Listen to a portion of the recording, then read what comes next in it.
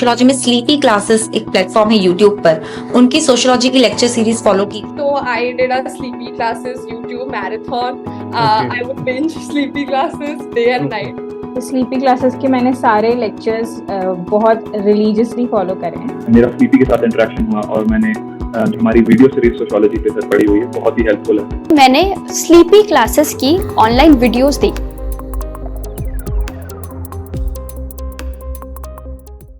My name is Vaibhav Anand Sharma.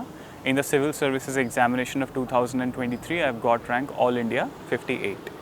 I will be discussing a very important aspect of preparation with you right now, and it is free and affordable courses that are available on internet. Because not all of us can afford the expensive courses that are there in the market. So first I will be talking about the free courses. By free courses I mean the free resources per se. I'm not guaranteeing that it will be an organized systematic course available, but there is a lot of guidance that is available. For example, sleepy classes. Now it is a coaching institute which I think is very ethical when it comes to its approach towards guiding aspirants.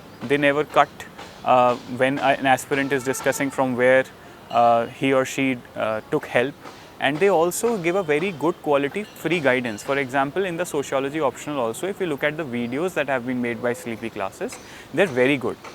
Although you should not be under the impression that these are the only source that you will need. Obviously you will have to build up upon it, but it's a good starting point if you are starting the UPSC journey, if you are starting the sociology optional.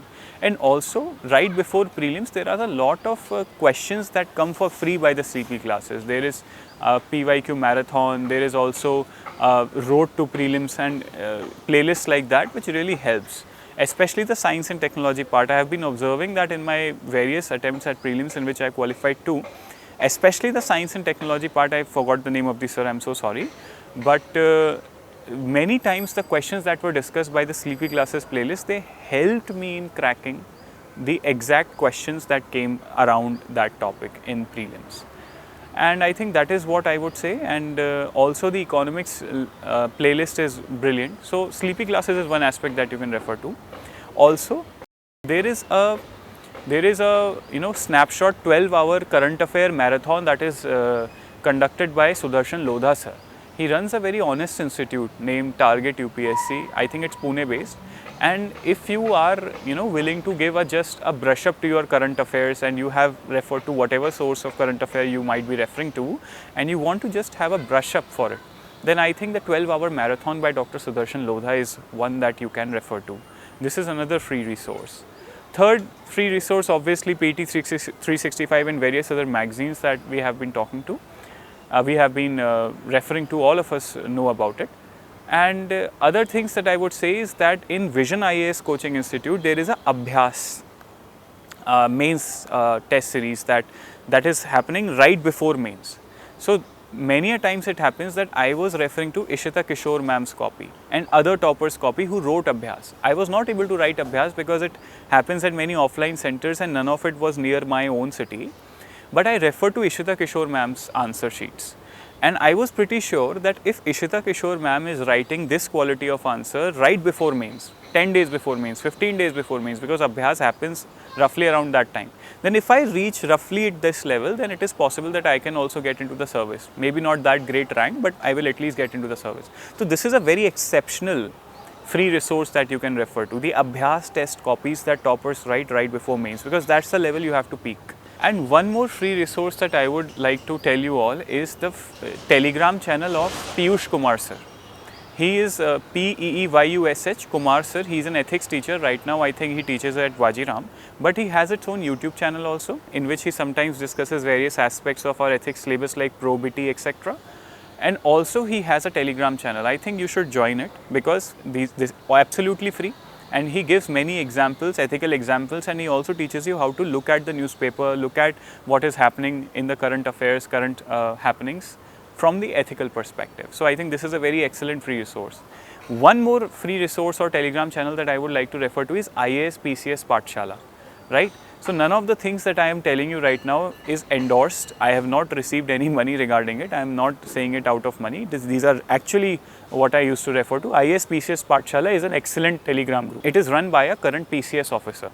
So if you look at his marks, he got very good marks in mains, but somehow in the interview luck did not favor him and he got around 150 marks, and that is how he missed the cutoff by a few digital marks, 7, 8, 9, not more than that. So he runs a channel called IAS PCS Pathshala. Please look at its Telegram channel, look at IAS PCS Pathshala's YouTube channel. I think it will be great. And I think these are pretty much the good people who are guiding freely in this ecosystem, and you can refer to that. I think I was scrolling YouTube one day and I came across one of your videos, and I'm so thankful to that day that I was scrolling it. Videos में conceptual clarity और ये सब काफी ज्यादा theory of ideas जैसे मैंने देखा था, मुझे अच्छे से याद है मैम। सीपी क्लासेस का बहुत बड़ा रोल है मेरे सोशियोलॉजी के 280 मार्क्स में sir. Shekhar sir's YouTube videos proved to be of very help. I also joined answer writing. I also joined test series and sleepy classes. I completely relied on your channel.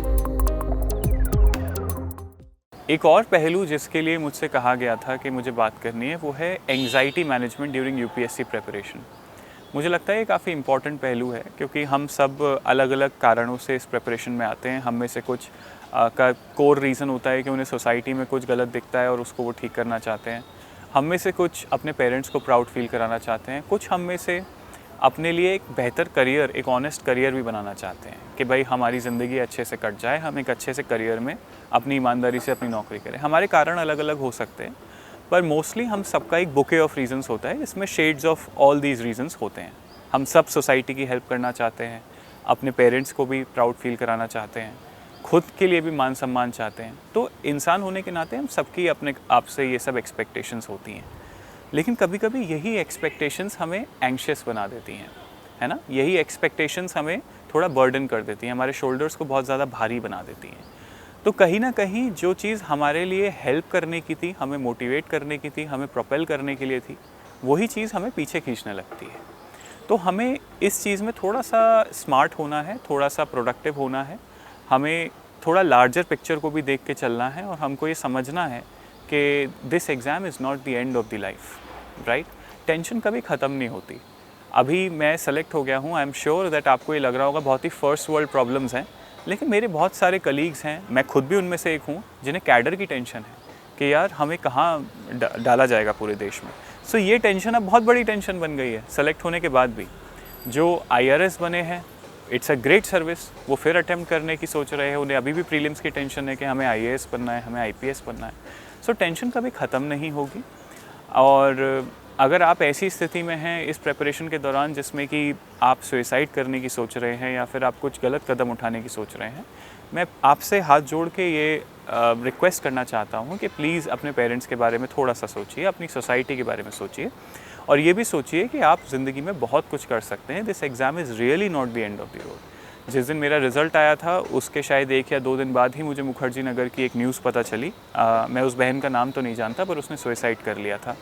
तो ये नहीं करना है हमें। ये exam इतना बड़ा भी नहीं है कि हम इसे अपनी ज़िंदगी से बड़ा बना दें। और हम इस एंग्जाइटी को कैसे कंट्रोल कर सकते हैं? आई थिंक आप में से कुछ लोग भगवान को मानते होंगे, कुछ लोग नहीं मानते होंगे, लेकिन आप ऐसी बुक्स को पढ़ सकते हैं जो आपको हेल्प करें। फॉर एग्जांपल भागवत गीता को पढ़ सकते हैं। अगर आप श्री कृष्ण को भगवान नहीं मानना चाहते, मत मानिए, आप उसको एक सेल्फ हेल्प बुक के रूप में भी पढ़ सकते हैं, क्योंकि वो आपको अपने इमोशंस को कंट्रोल करना सिखाती है।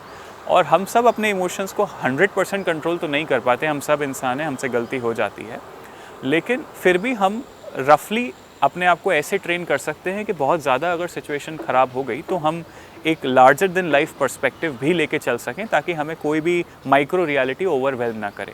आप मेडिटेट करने का भी ट्राई करिए। मेडिटेशन का ऐसा है कि हो सकता है कि हम सब बहुत ज़्यादा टेक्निकली सुदर्शन क्रिया ना कर पाएँ या फिर कुछ और ईशा क्रिया ना कर पाएँ। तो हमें क्या करना है कि हम सिर्फ ब्रीदिंग को ही कंट्रोल कर लेते हैं।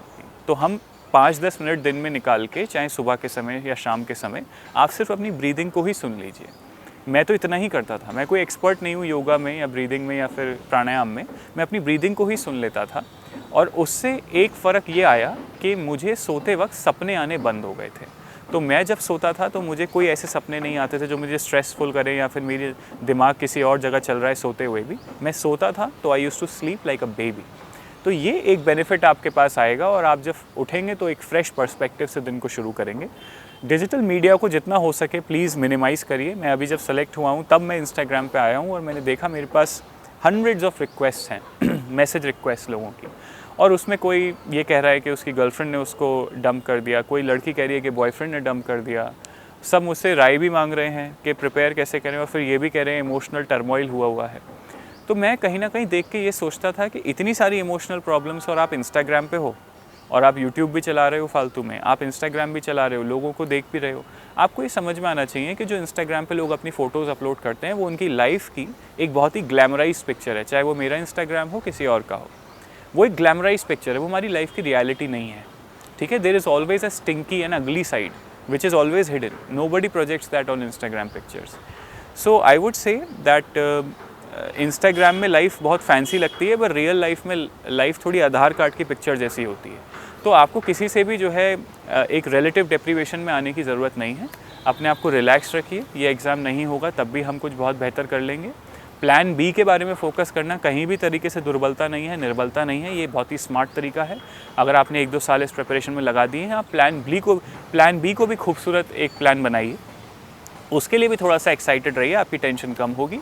एंड आई होप कि आप कोई भी गलत कदम उठाने से पहले एक बार जो चीज़ें मैंने कही, मेडिटेशन, भागवत गीता, इन सब चीज़ों के बारे में थोड़ा सा सोचेंगे और कोई गलत कदम नहीं उठाएंगे और एंग्जाइटी को मिनिमाइज़ रखेंगे। This is only one life and we have to live it fully. Thank you.